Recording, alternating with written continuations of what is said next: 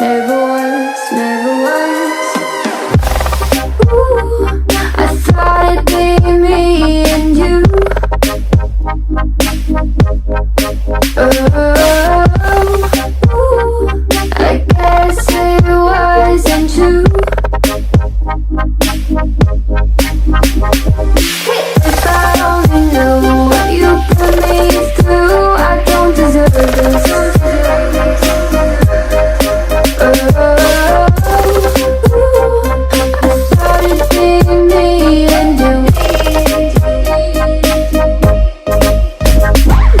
Hard to be your friend when you act this way.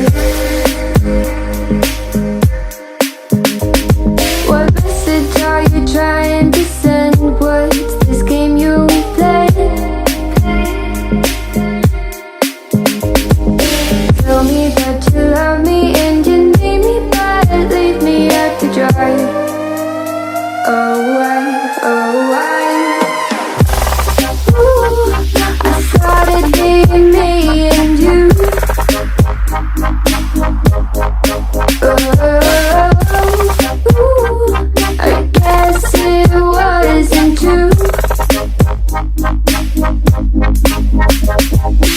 If I only knew what you put me through, I don't deserve this.